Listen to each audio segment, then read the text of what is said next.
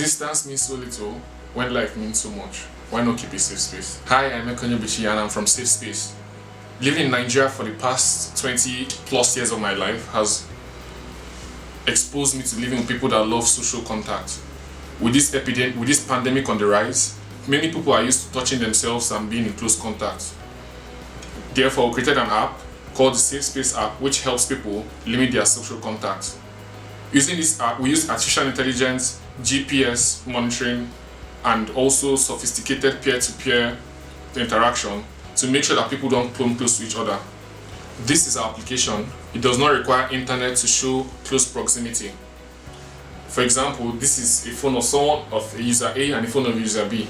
When you come in close proximity, our artificial intelligence communicates and understands how far they are.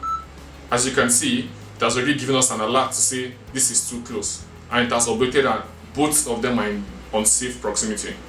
Now, while building our application, we asked users what they felt about giving us their information to do these two things.